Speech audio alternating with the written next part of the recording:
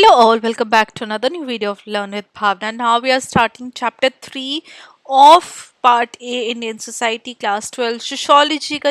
अगर आपने इससे पहले वाली वीडियोस नहीं देखे, पहले वाले चैप्टर्स नहीं पढ़े हैं, तो मैं इस वीडियो के एंड में एक फोल्डर का लिंक दे दूंगी and you can find out chapter 1 and chapter 2 over there. बाकी के भी आने वाले सारे चैप्टर, सारी वीडियोस आपको वन प्लेस में मिल जाएंगे उस फोल्डर के अंदर। तो मेक श्योर आप चैनल को सब्सक्राइब कर ले, वीडियो को लाइक कर दीजिए अगर आपको वीडियो पसंद आए तो, और चैनल से आप कनेक्टेड रहे, अपडेटेड रहे, ताकि आपको जैसे ही मैं वीडियो अपलोड करूँ फॉर द चैप्टर्स आपको विथ नो टाइम आपको सारी वीडियोस मिलती रहें।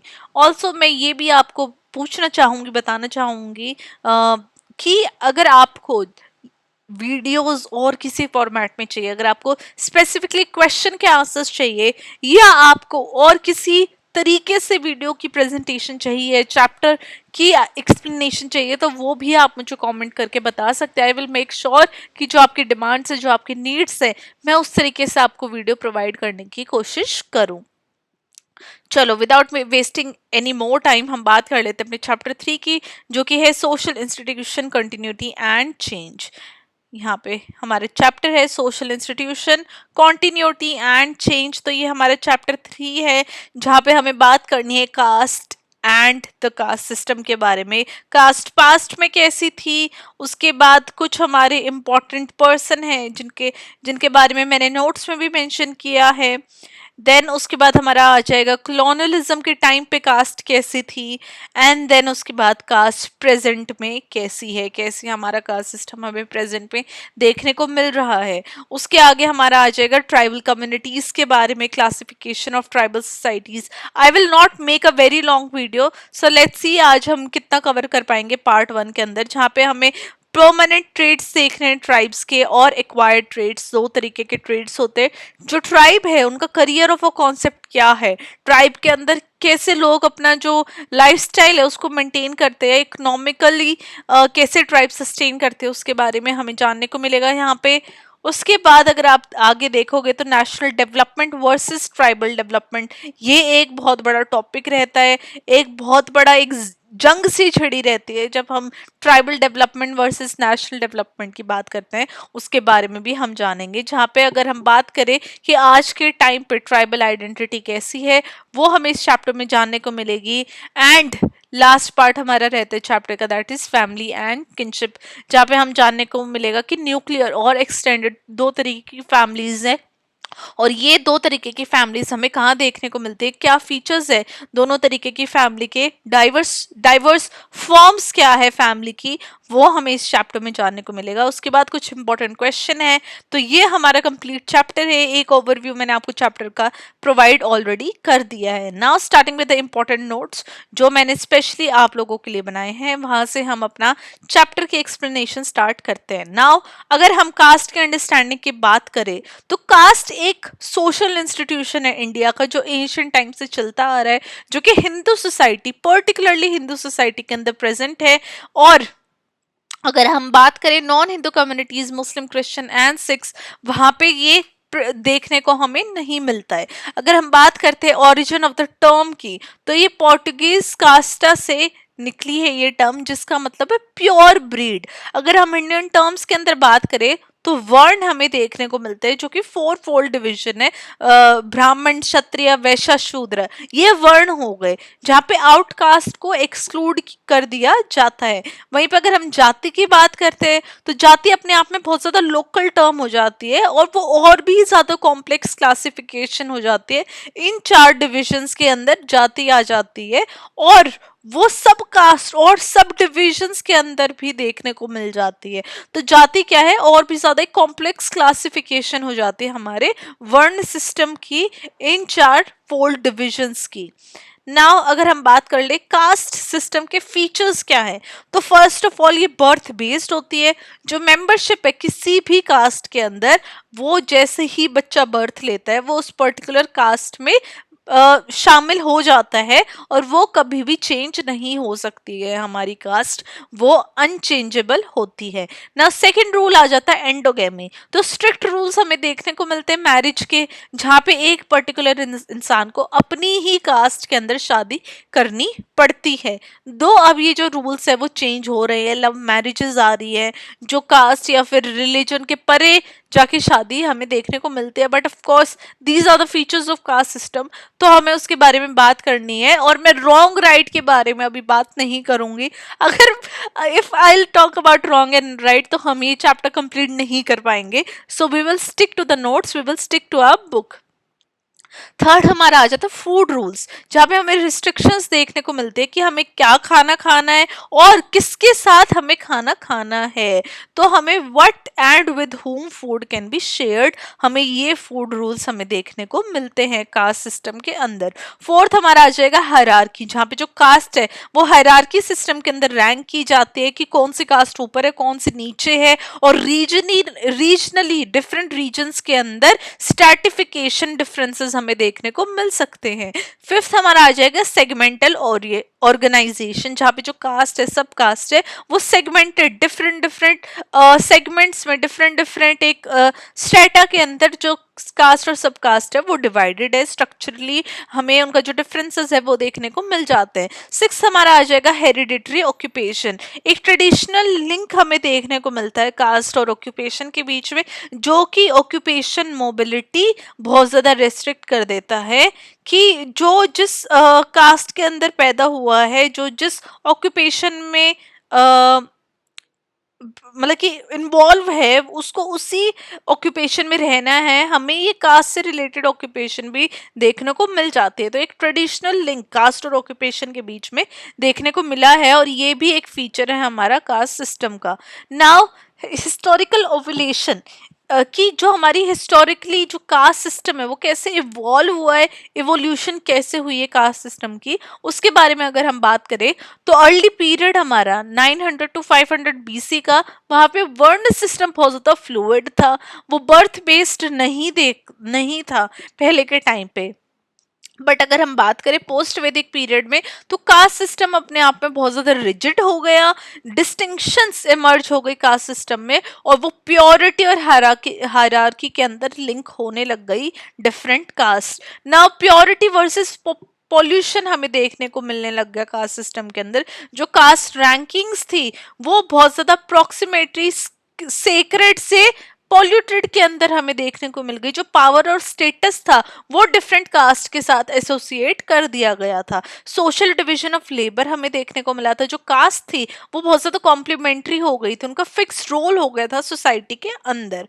नाउ की रिफॉर्मर्स की अगर हम बात करें तो अयान कली जो 1863 के अंदर बॉर्न हुए थे and he passed away in 1914, तो उन्होंने दलित राइट्स के बारे में बात की थी, उन्होंने पब्लिक रोड एक्सेस और एजुकेशन फॉर दलित्स के बारे में बात की थी, वॉइस रेज की थी।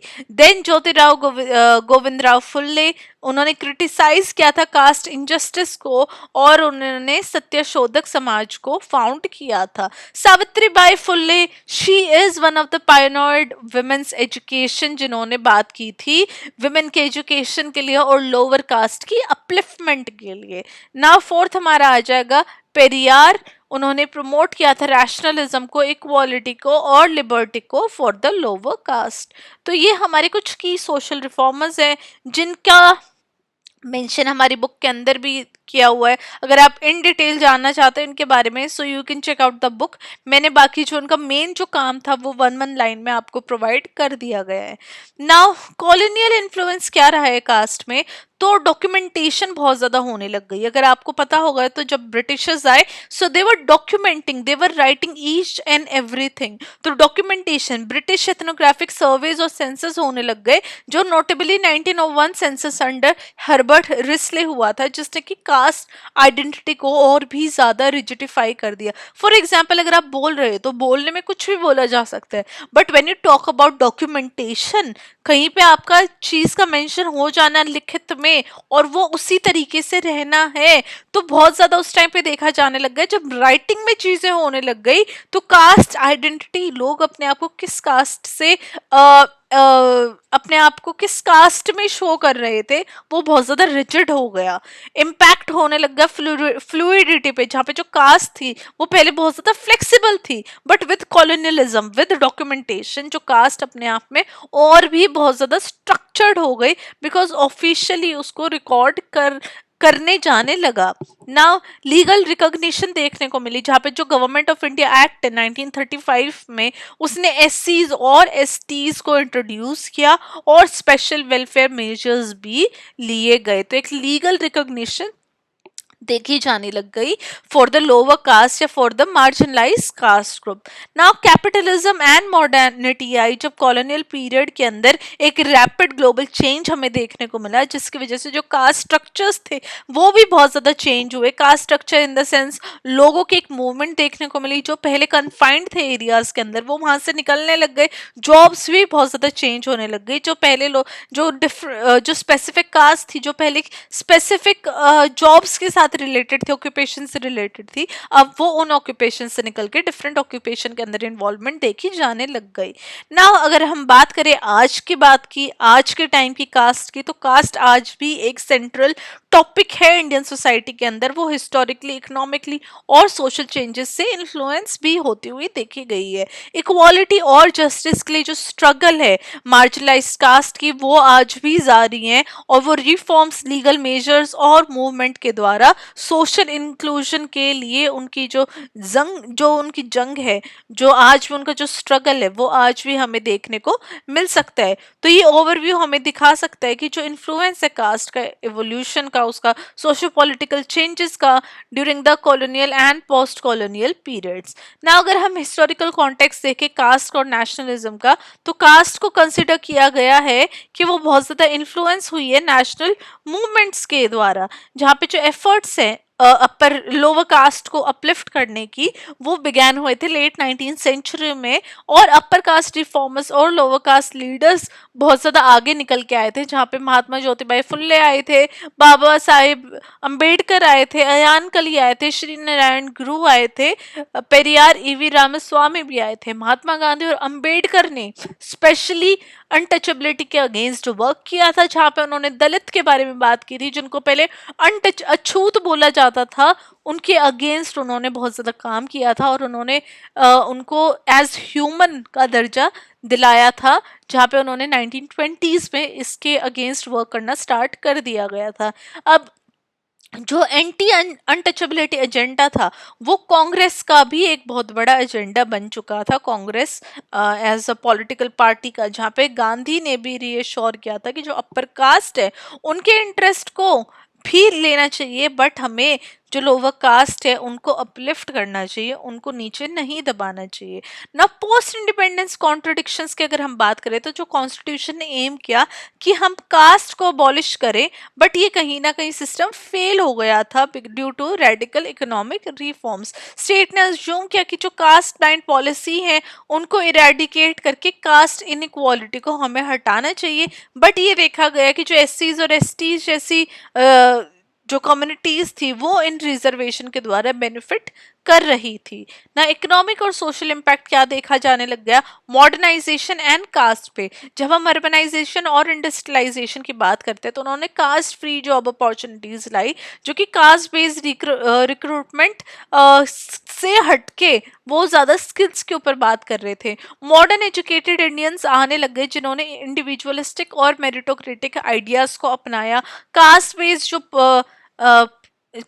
जो जॉब्स थी उनको हटा के लोगों की स्किल्स के ऊपर ज्यादा बात हो रही थी। एंडोगेमी देखने लग गई कि लोग अपनी कास्ट के अंदर जो शादी कर रहे थे वो एक्सोगैमी में बदल गई, वो अपनी कास्ट के बाहर भी शादी करने लग गए। डोमिनेंट कास्ट का एक जो कॉन्सेप्ट था, जहाँ पे जो पोस्ट इंडिपेंडेंस लैंड रिफॉर्म्स आए, उसकी वजह से इंटरमीडिएट कास्ट बहुत ज़्यादा इन्वॉल्व हुई कल्चर में। अगर हम बात करें यादव्स की, बिहार यूपी के अंदर वोकलिकास, कर्नाटका में रेड्डीज एंड खमास, एपी में मराठास, महाराष्ट्र में जाट, पंजाब और हरियाणा में, एंड पाटीदार्स गुजरात में, ये सब कास्ट ने इकोनॉमिक और पॉलिटिकल पावर गेन की, और रीजनल पॉलिटिक्स पॉलिटिक्स के अंदर और एग्रीगेरियन इकोनॉमीज के अंदर इन्फ्लुएंस इनका हमें देखने को मिला ना। पॉलिटिकल रोल क्या है कास्ट का, जब हम बात करते हैं पॉलिटिकल रोल की, तो कास्ट डेमोक्रेटिक पॉलिटिक्स में हमें देखने को मिलती है। कास्ट ने जहाँ पे इंडियन पॉलिटिक्स के अंदर एक डीप इन्फ्लुएंस हमें देखा गया है सिंस इंडिपेंडेंस। पोस्ट 1980s एक कास्ट बेस्ड पॉलिटिकल पार्टीज हमें देखी जाने लगी। इलेक्टोरल पॉलिटिक्स बहुत ज्यादा कॉम्प्लेक्स बनने लग गए, जहाँ पे मल्टीपल पार्टीज आने लग गई, जहाँ पे वो कास्ट को एक इम्पॉर्टेंट टॉपिक बना के उसके बेसिस के ऊपर वोट मांग रहे थे ना। अगर हम बात करें कास्ट स्टडीज की, तो एम.एन. श्रीनिवास ने संस्कृताइजेशन के ऊपर बात की थी। जो संस्कृताइजेशन है उसके अंदर क्या करते हैं, जो लोअर और मिडिल कास्ट है वो हायर कास्ट की जितनी भी सोशल प्रैक्टिसेस होती है, कल्चर और वैल्यूज होता है, उसको कॉपी करने लग जाते हैं, ताकि उनका भी जो स्ट्रेटा है, जो उनका एक तरीके से पोजीशन है सोसाइटी के अंदर, वो भी बढ़ जाए, वो भी उस हायर कास्ट के अंदर इन्वॉल्व हो जाए। वहीं पे एम.एन. श्रीनिवास ने डोमिनेंट कास्ट का एक कॉन्सेप्ट हमें प्रोवाइड किया, जहाँ पे इंटरमीडिएट कास्ट जो थी वो लार्ज पॉपुलेशन और लैंड राइट्स पॉलिटिकली और इकोनॉमिकली इन्फ्लुएंशियल बनती जाती हैं, वो हमारे डोमिनेंट कास्ट कहलाती हैं। अगर हम कंटेम्प्रेरी टाइम्स के अंदर कास्ट डायनेमिक्स देखते हैं, तो हम देखते हैं कि अपर कास्ट बहुत ज़्यादा है, जहाँ पे अर्बन अपर कास्ट एलिट एक तरीके से कास्ट इनसिग्निफिकेंट मानी जाती है, क्योंकि इकोनॉमिक और एजुकेशनल प्रिविलेजेस इतनी ज़्यादा बन गई है कि जो कास्ट है वो इतनी ज़्यादा हमें देखने को नहीं मिलती है। जितने भी कास्ट इन्फ्लुएंस है वो मतलब कि पर्सनल स्फेयर में ज़्यादा देखने को मिलती है, कि पर्सनली लोगों को मैरिज अपनी कास्ट के अंदर करनी है, उनको कौन सा रिलीजन फॉलो करना है, बट एक तरीके से at a broader level, at a societal level वो हमें देखने को नहीं मिलता है। वहीं पे सेकंड अगर लोअर कास्ट की बात करें, तो कास्ट आज भी सेंट्रल है, क्योंकि एक तरीके से इनहेरिटेड सोशल और एजुकेशनल कैपिटल लोगों के पास नहीं है, तो वो लोअर कास्ट, लोअर स्ट्रेटा के अंदर कहीं ना कहीं लोग सिमट के रह जाते हैं। एक प्रोटेक्टिव डिस्क्रिमिनेशन पॉलिसीज हमें देखने को मिलती है, जैसे रिजर्वेशन हो गए, जो कि लाइफ लाइन्स और रीइंफोर्स कर देती है हमारी कास्ट आइडेंटिटी को। थर्ड हमारी आ जाएगी रेजिलियंस एंड डिस्पैरिटीज, जो कि कास्ट डिस्क्रिमिनेशन आज भी चल रही है, स्पेशली एससीज और एसटीज के अगेंस्ट। अगर हम अपर कास्ट की बात करते हैं, तो कास्ट कहीं ना कहीं इनविजिबल हो गई है, क्योंकि जितने भी प्रिविलेजेस थी उनके पास वो प्रिविलेजेस हैं, और वो जो कास्ट का जो चंगुल था वो कहीं ना कहीं उससे निकल गए हैं। अगर हम की फिगर्स की बात करें, तो श्री नारायण गुरु, जिन्होंने इक्वालिटी की बात की है और उन्होंने कास्ट बेस्ड डिस्क्रिमिनेशन के अगेंस्ट फाइट की है, उन्होंने एडवोकेट किया था कि one cast one religion one God for all man. वहीं पे एम.एन. श्रीनिवास एक रिनाउंड सोशियोलॉजिस्ट एंथ्रोपोलॉजिस्ट है, उन्होंने संस्कृताइजेशन और डोमिनेंट कास्ट जैसे कॉन्सेप्ट को इंट्रोड्यूस किया। उन्होंने रिमेंबर्ड विलेज अपना राइट किया था, जो कि एक प्रोमिनेंट विलेज स्टडी हमारी बन गई। नाउ अगर हम बात करें ट्राइब्स की, तो हम ट्राइब्स के बारे में जानेंगे हमारी नेक्स्ट वीडियो में, बिकॉज वीडियो ऑलरेडी काफ़ी लंबी हो गई and I want to burden you with a lot of information. तो अगर आप इतना भी इस वीडियो में अंडरस्टैंड करेंगे, so that is more than enough.